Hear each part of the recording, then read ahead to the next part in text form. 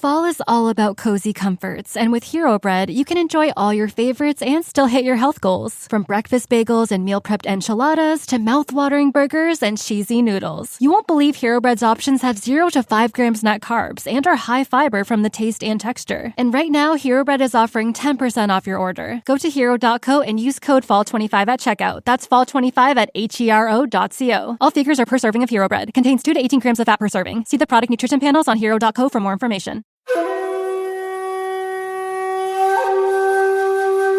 If you've struggled with stress, balance, or burnout, and simply felt discouraged or even defeated, if you're ready to move from force to flow and enjoy ultimate Zen success in your career, health, or relationships, then this podcast is for you. Your host, Carissa Sims, is an entrepreneur, corporate consultant, best-selling author, meditation teacher, and healer who has found her own Zen success. Here's your host, Carissa.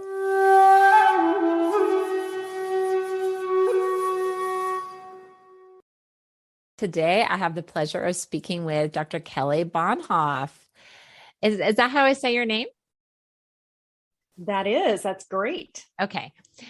With personal experience of abuse and sex trafficking in childhood and over 35 years of experience with countless generations of traumatized families as a registered nurse, marriage and family therapist, nationally certified trauma therapist, certified legal nurse consultant, and co-founder of Josephine's Clinic, a nonprofit serving those who have experienced human trafficking and violence. She discovered the key ingredient to healing trauma in children, adults, couples, and family, and is the author of the upcoming book, how exciting, Beyond Trauma Drama, Cultivating the Sacred Nature of Families to Heal. Dr. Kelly brings a unique perspective gained from her personal, professional, and volunteer experiences to the authentic power each of us has within us to be the change that we see in this world. I wrote a song like that, be the change that we seek in this world, based on Gandhi's statement. So Dr. Kelly, yeah, wonderful, sheds light on how traumatized families bring their unique gifts, wisdom, strength, courage, and resilience to help heal themselves and humanity. Welcome, Dr. Kelly. Thank you, Carissa. It's a joy to be here. Oh, wonderful. So I wanted to explore a question. What is trauma drama? I'm glad you asked that. That's your book title. So, and do you believe we can be free of it? So that's the follow-up question. I do. And I think in my lifetime so far, there's been a lot of confusion, I think, about what is trauma. And I think as trauma is something we're experiencing in the world right now, what I have finally realized for myself in this discovery is that trauma drama is actually a human stress response. And it provides this insight into this balance between our mind, our body, and our spirit as individuals and couples and families, communities, and the world. So what's happening right now? Well, the trauma, when we were young, if it happened when we were little, actually trauma is the experience, no matter when we experience it, it's a wound that shakes the integrity of our mind, our body, and our spirit to remain in balance. And so when trauma touches our life, what I discovered through a spontaneous spiritual awakening last March is that it's that wound to the integrity of that balance that our human nature experiences. The drama are these repeating patterns in our family. So I call it it's an acronym. It's the dynamic replay of adversity, which manifests anguish. So in all my experience, we just keep keeping these patterns that are echoing through our families. And what I experienced was I had no idea in my childhood that I was on something called the merry-go-round of survival. So if we don't know that we are keeping secrets, having silence about those secrets, holding shame about ourselves. If we are keeping our shadows down, shadows are those feelings we have about ourselves, like we feel guilty or we feel angry or we feel hurt, then we have a tendency to push those down and try and keep those down. We also maintain this status quo. So for me, conflict in my family was very dangerous. So I learned not to have conflict, to be the peacekeeper. Then we've got sabotage, which I notice in individuals and families. We kind of sabotage any progress that we're making. And then, of course, we have suffering. And so when we are on this merry-go-round, if we don't know that we are on the merry-go-round of survival, then it's very difficult then to begin to notice or be curious about how to restore our sacred nature, that balance. So trauma drama, what I would say is the human stress response that we're having, that we are highly addicted to. That's the other thing. Trauma drama is more addictive than any known substance on the face of this earth. And once we realize we're in this particular phenomenon, then we can begin making some decisions about whether we would like to or prefer to transform that merry-go-round of survival to one of spirit. And so the merry-go-round of spirit is very different. It is that beautiful sovereignty and serenity, and its spaciousness, and its sharing, and its spontaneity. And so it's the transforming of the merry-go-round that will allow our families to heal and for us to heal. And so that's kind of the overview of what I discovered. Wow, that's amazing. So you touched on so many things, and I wanted to go deeper into how trauma can be addictive. Yes. So what happened was long, long ago, when our ancestors first began experiencing the earth, trauma or the experience of this imbalance, we had to survive. And so once our human nature went into that survival mode, and over the course of millennia, what happened was we lost touch with the language around our spirit, around our soul, around our sacred nature.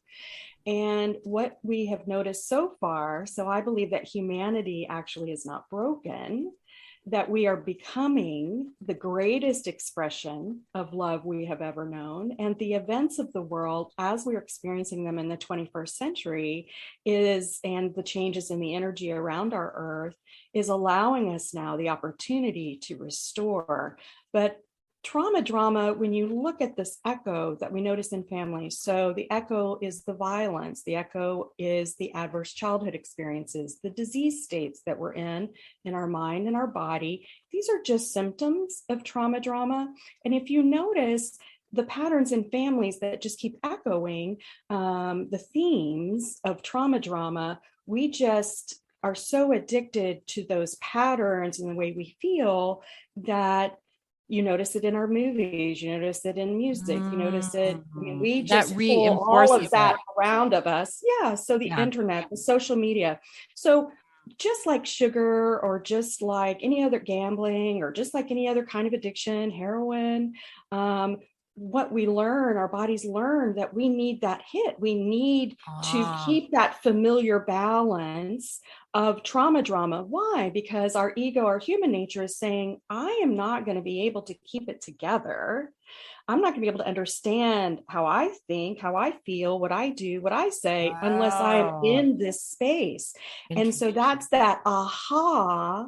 That is the spiritual awakening last March. What happened was I had a vision, and the vision was the healed.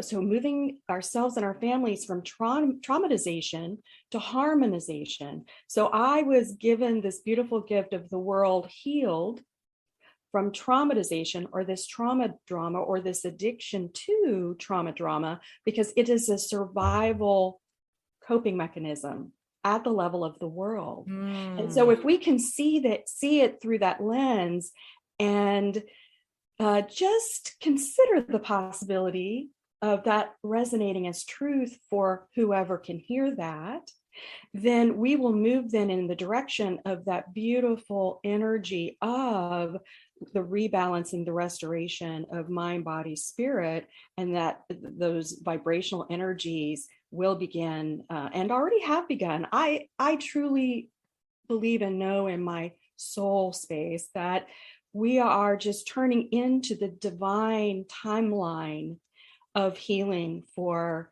our families. And I wanted the message to be one of hope, to be one of transformation, because traumatized families, my understanding and what I've gone through in my own life and my own awakening is the six of us in my family of origin chose to come here at this time. Not all of us have awakened, but we certainly said, let's give it our best. Let's give it a try to see if what our family's vibration can do to help heal the world. And I believe in my heart, every family, every superpower that our traumatized families have, are ready to be awakened. And that's what this book is about. It's about bringing a different vibration, a different message, a different frequency to this new way of looking at trauma drama, which is just an opportunity to heal. That's interesting.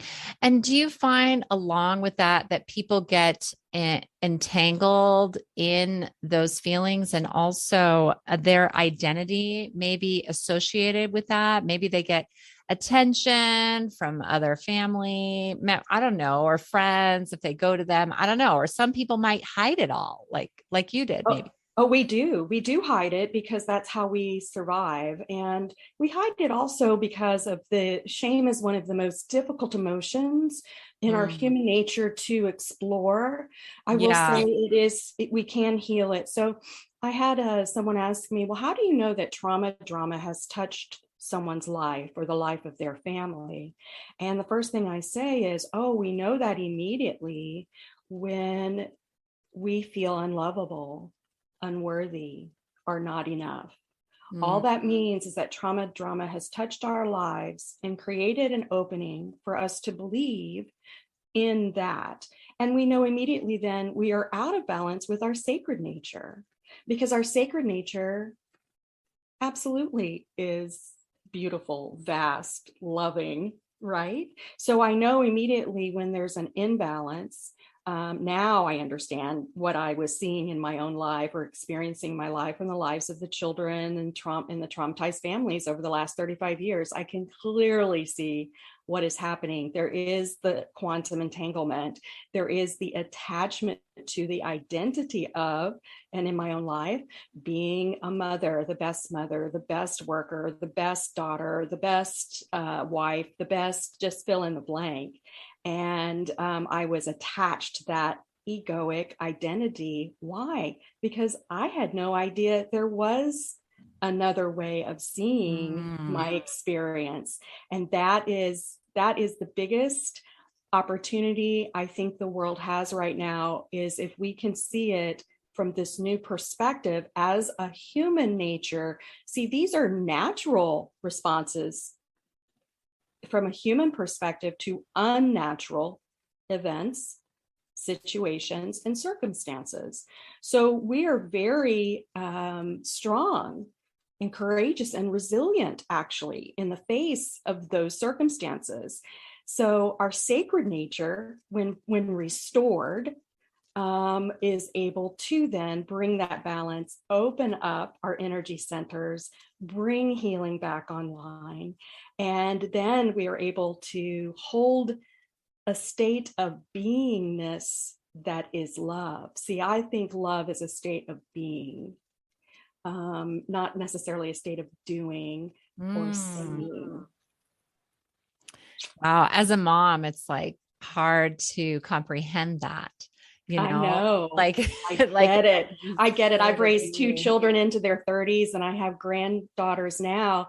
And I have to tell you that in real time right now, Carissa, the book is being written in real time because we are in the process of healing 4 generations of my own family now that I understand more about the balance that can be restored between our human and sacred natures.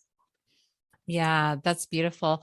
And do you think, well, it's kind of interesting because like with trauma, it's almost like everyone might have it. I kind of feel like everyone might have it, even if they didn't necessarily experience something that society would say you were traumatized, but that they might be carrying generational trauma or trauma from all women. What do you think about that? Like a collective trauma experience? Oh, yeah, great insight. So what I will say to you is that every man, woman, and child, and Gaia herself, has, based on the definition that I understand that resonates true for me, which is trauma being an experience that wounds the integrity of our mind, body, spirit to be in balance, then every man, woman, child, and Gaia, we're all out of balance. There is a collective mind, a collective body, and a collective spirit. And right now, the collective human mind is experiencing trauma drama. Yeah. And so the collective human bodies, where all the disease states, the whatever, and all of that, the collective shadows, the violence, the hurt, the harm, these are just opportunities. Our human nature is just trying to hold on to its human ego collectively. So yes, I think the reason why we're experiencing so much sadness in our world, which are those of us who need to run energy to heal energy from past, are very sad. For those who are in future, in other words, worried about what's about to happen next, that's anxiety. So we have past and we have future. So what we're trying to do is get us into present moment of now. So that allows us not to really, there's no past and there's no futures. There's just now. And now I am in balance. And so what we're trying to do is just help humanity to make the next turn towards the greatest expression of love collectively we've ever known. So as above, so below, but also microcosm, individual, to macrocosm, humanity, which is why we are one sacred family. Wow. That is so profound. So this was only a year ago that you had this awakening. Like, okay, how did this happen? Were you meditating or what was your experience? Well, it's interesting. Yeah. So I had spent, 56 years just trying to survive my own journey and to help people, because I explain this as I was a little bit of Inspector Gadget, Curious George, and Pac-Man on crack. I wanted to know the answer to the question, why are children being hurt by those who are meant to love them and keep them safe?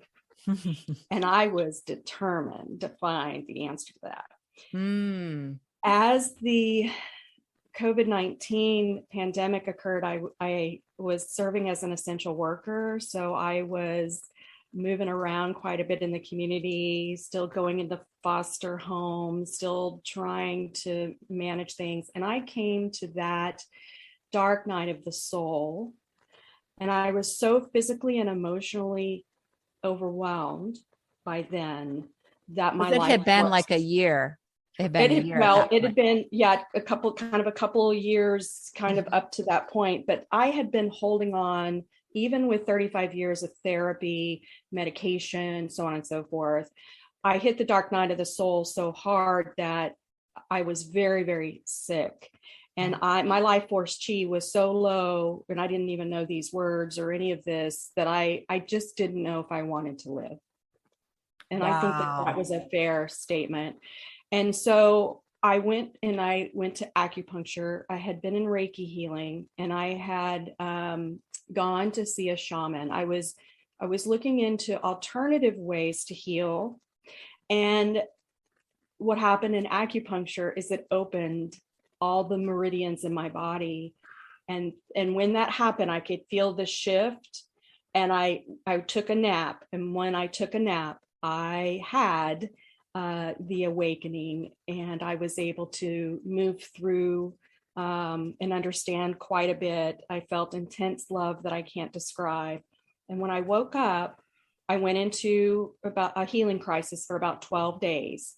And it was as if all of that hurt, all of that energetic stuff had to move somewhere. And when it moved quickly. Mm-hmm. And then I began having the dreams and the visions and the downloads of the information I'm sharing with you today. Wow. It's almost like you had a near-death experience and you were living. It did feel that way. And I had a near-death experience years earlier. It had broken my neck. Oh. And that didn't awaken me. It was in its own right. It did shake me up, but I went back into my kind of unconscious survival mode. Mm-hmm. It wasn't enough. But last March, it was as if my soul said, now's the time. Yeah. And so that's what happened. That's what emerged. And I've been trying to get my bearings ever since. I've read hundreds of books, and I'm just trying to understand spirituality, what my experience was, and then trying to make sense of it as I'm downloading so much information about trauma, about families, so it made more sense. My human experience made more sense. I see. And now I have deep understanding of hurt to this level of trauma. Yeah, that's interesting. Can you share specifically what dis-ease showed up in your body that made you seek out this acupuncturist and alternative healing? And was that normal for you to seek out alternative healing, or were you a traditional medicine girl? Well, I'm a nurse and a marriage and family therapist, so trained in the sciences, right, in the five senses. And so, the energy healing and all of those things, I went into on faith just to see what would work. But what I was experiencing and had experienced for over 30 years was high blood pressure, high cholesterol, complex PTSD, major depression, metabolic disorder, kidney stones, multiple pneumonia, just all kinds of things. And I was on 12 prescription medications, sciatica. I was addicted to opioids and alcohol. And last fall, so 7 months later, with all of the alternative healing on deck and tapering off all my medications, I can tell you that all of those have resolved. I have none of those disease states, and I am on no medication. Wow, that's like making me cry. I'm so happy for you. That is just incredible. And you are such an example for all those who have ailments and you can give them hope that they can heal spontaneously.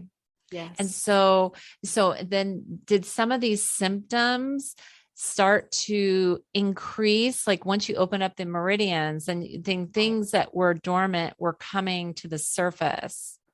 They were ferocious. It was terrifying in some ways. Had I not had the healing team around me that I did to help me understand what was happening, that my body, mind, and spirit were just trying to purify, detoxify. But, I had not understood that since I was a little girl, my role was to keep my mother healthy, my siblings safe, and my father happy. But my empathic nature, my sensitive nature that I was born with, I had all of that wide open. So I was, any child, any family, I was pulling their agony in to my body. And I did not realize that that's what I was doing. Those families told me something's happening. I feel so much better. Adults, children, whatever, no matter how much time I spent with them, no. I could pull their anguish from them, but I did not know that that's what I was doing. I had no idea that I had that gift. And it's only now that I understand that I do. And so that I believe there are many empathic children who are receiving pathologizing labels and medications that are actually sensitive children who still are attuned to their sacred nature, that are trying to navigate the survival of themselves within families who just don't understand that they are sacred beings having a human experience. And so I'm looking forward to working with traditional medicine and nursing and psychology to bring balance to some of the ways that we're treating what we believe are traumatized children, and the teens and adults and families. Once we bring the mind, body, spirit in, and we know, and we say, well, drama is just telling us there's just an imbalance. How do we bring sacred nature? How do we restore sacred nature into people, children, and families? We can do it. We will do it. And we have done it in the sense that I've seen the vision. I know we will heal. Traumatized families don't believe they can heal. They're too hurt to heal. That is a limiting belief, and it is untrue. And we just need to get the message out that they're actually rock stars and they just need a different way of seeing their experience.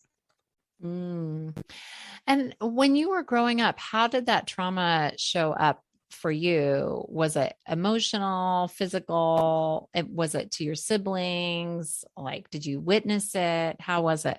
It was all of that. So I was kind of moved into a cyclone of early adulthood very, very quickly. I'm the oldest of 4 children, and my earliest memories are of my mother unconscious, my father drunk, violence, just trying to take care of what I call my children, the 3 younger siblings. And then I was swept up into trafficking at the age of 10. And how did that happen? Was that from a family member? Yeah. Well, I call this kind of when children are vulnerable in their families, we have a vibration of vulnerability. I call it the vibe of vulnerability. And for those who are holding their own vibration or running energy of historical hurt and harm, that they can actually you're letting out harm others. Oh, yes. Oh, And so I some see. of us, when we're hurt, so what happened is a kind of trafficking in the 1970s, we didn't have the laws or any of that. But even if we had that, the phenomena of trafficking or sexual abuse in childhood is one of great secrecy. And especially so at I that was time. invited over to my closest friends overnight. It was an overnight where it happened. Yeah. So just, a young girl in Texas heading to her friend's house for a sleepover, and her older brother and his friends had other ideas. And so for myself, my friend, and another little girl that was there, we were caught in the force and coercion. Fraud being they cared about us, or they said they loved us, or whatever that was. And when it happened the very first time was when we were caught in the net. And see, my archetype is to protect. And so all anyone ever had to threaten me with was the hurting of the siblings that I loved, or my friends, or if someone threatened to hurt my mother. It didn't matter what happened to me. Honestly, I was pretty much dissociative and locked down, but I would not stand for others to be hurt. And they knew that. And that's what they utilized. Now, today, what I know is those who harm are also wounded. They are also spark of creation. And so the way I was able to navigate what happened in childhood with parents or with these young men who harmed was to connect to their spark of creation, to know we are all sacred, not to excuse, but to explain. And that allowed have me some understanding, to forgive, to have compassion. And so that allowed it really did help restore that balance then between my human and sacred nature. And I'm still learning to integrate and balance that in every moment. Yeah, that is so healing and incredible. And do you believe part of your journey, so recognizing that, having empathy and compassion for them, can be a way that we can be free of that trauma? It is the gateway. I believe it is the greatest gateway.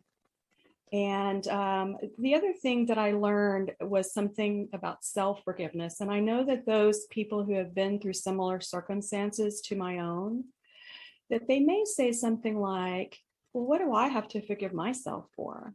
This happened to me. Well, those are important things to notice and to be curious about. But here's what I needed forgiveness for myself. When I have had, and I'm sure I will because I'm human as well, unkind thoughts, unkind words, unkind feelings, or unkind actions toward myself or others, forgiving myself, noticing that as part of my human nature also helped me to heal. So it was a two-step process. One, to notice those things in myself and to forgive and to have compassion for me when they occur, and then also for others. That's really profound.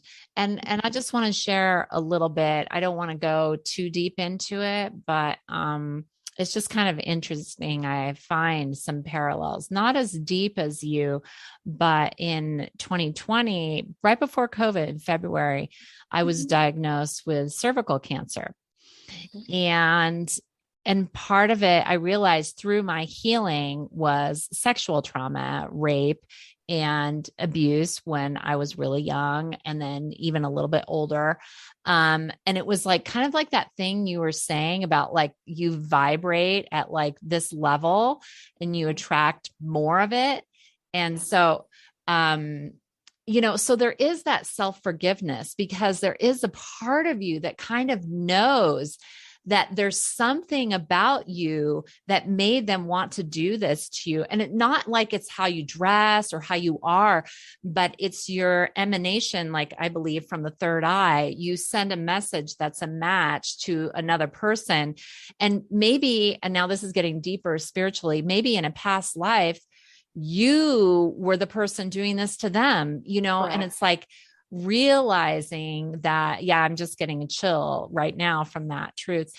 And so anyways, I had some of the healing that I had to do was I had repressed it, like you said, I was like, oh, I'm not part of this Me Too movement and everything, and I'm not a victim and all this, because part of me just didn't want to associate with, like, I saw that type of person. I'm not like this weak victim person, but it was so important for me to recognize that. And I also, what I did was I kind of went back to that time of the abuse. And I don't think it's good to like repeat that stuff, but I did think it was important for me because I repressed it for so long because my dad didn't believe me, or he just dismissed it. And then when I went through that healing and talking to a psychologist, I was able to connect to their spirit, because I kind of believe that some of their energy was still in me. Yes. And releasing that and setting that free was a big part of my physical healing. And now I don't have cancer, but that's not all of the reason why I don't have cancer. You have that spontaneous healing. I went through like a longer journey of healing and nutrition and all these other things. But I just wanted to bring up that point because I feel like it kind of relates to what you're saying. Yeah, and I think what I learned too through the shamanic healing was that I had soul loss, because there was so much trauma that was coming through. That's the other thing that happened, was some parts of our soul may have to go take a minute because it's too overwhelming. Oh, can you talk about that soul loss? Because I don't know about that. Yeah. So what I discovered was I really hadn't really felt like I belonged on the earth in the first place. but I knew I was meant to be here, but there was a part of me missing. So it was a little bit more than just the mind, body, spirit needed to be restored. It was part of my soul spirit were in other realms, had taken off at certain ages, depending on what the trauma was. It was too hard on its beautiful soul self, if you will. Oh, so does even the soul present in the body. Does the soul leave the body then? What yeah, part of the soul, part of the energy of that being leaves. And I had 3 parts of different ages that were in different places that the shaman, through spirit guides, were able to discuss coming back, because the 10-year-old who had been most trauma or had her trauma had no trust in me as the adult to adult her or that part. And it took some negotiation to get that part of my soul back into my being. And then she learned to trust me over time, that I understood how sacred she was, and then understand what her journey was like. And it was just very hard. So there is not just the restoring of mind, body, spirit, but I believe, and through shamanic healing and other discoveries that I made for me, that may not be the case for everyone. But soul loss certainly isn't something that I learned in school or had a that's for sure, or was right? Psychologist or any had anywhere. No idea, right? Didn't even come into the room to. But a lot of healers don't talk about it either. I know. And I think that's another part of the book that will, in talking about the journey I had, was just to explore and discover, be your own detective, be your own someone that is like, well, what is this about? Just go inside and ask. And then through synchronicity and signs, actually that shaman, who knows a shaman in Ohio? Who can even find one? Well, guess what? She was brought to me. I asked for help and healing, and then there she was. And so I just went with it, into the flow of it. So it was a huge part of the journey of restoration between mind, body, spirit. And now I feel that my whole sacred nature, my soul, my spirit guides are completely with me. No one's missing. No part of my vibration is missing now. That's amazing. So is it a little bit like inner child work, where you're connecting at the time that you lost your soul? So like 10, you connecting with that child at that age and then bringing them back. Yeah. Yes. And I think there is something about the sacred witness and honoring of the experience. So yes, in talk therapy or trauma or the nervous system, there's 100 ways to approach it. But I believe that bringing the sacred nature into the conversation, to go in as a sacred witness to that part of the inner child, that child's perspective, allows the spaciousness of love to hold the memory, to hold, if you can remember, because dissociation is a powerful coping mechanism. And you don't even have to have the full memory. And I really haven't recovered my full memories of anything. What I have recovered is the feeling of love. By the way, I believe there is an intelligence around dissociation. There's an intelligence around denial and coping to help us survive. And we don't have to remember. All we're doing is trying to restore the feeling. So there's a chapter in the book that says, to feel or not to feel. That is the question, because there is so much scary around feeling. And we learn not to feel because we needed to survive. So how do you open up the field of feeling safely? And that's what we do. We honor the feeling around the experience, and then help that inner child and/or soul, part of the soul, to be restored in an honoring maneuver, not a tell me everything you know and I need you to feel it all to get it ready and whatever, because that's very disorienting and scary. Let's go to the spaciousness side. Let's go to the present side. Let's just ask what that part needs, give them whatever that is, and then let go. So the childlike wonder for me, I'm 58 now, and I'm just now experiencing the childlike wonder and the joy that I never believed I could have. And that's why I believe the gift of creativity in the writing of this book has been given to me as the gift that it is. It's a sacred experience for me. That's amazing. So how has your book been received? Well, for the parts that have been written that are getting out a little bit in there, what I hear people say is they want to see it. They can't wait to see it. And they're excited about what's going on. And what's coming through, Carissa, which is interesting, are cartoons and illustrations. Oh, could that be like a teen or children's version? Yeah. So what's been coming through lately is because I've been with and just have held so many children. The next book, I haven't even finished this one, but the next book that came was The Light in Their Eyes, Cultivating the Sacred Nature of Children to Heal.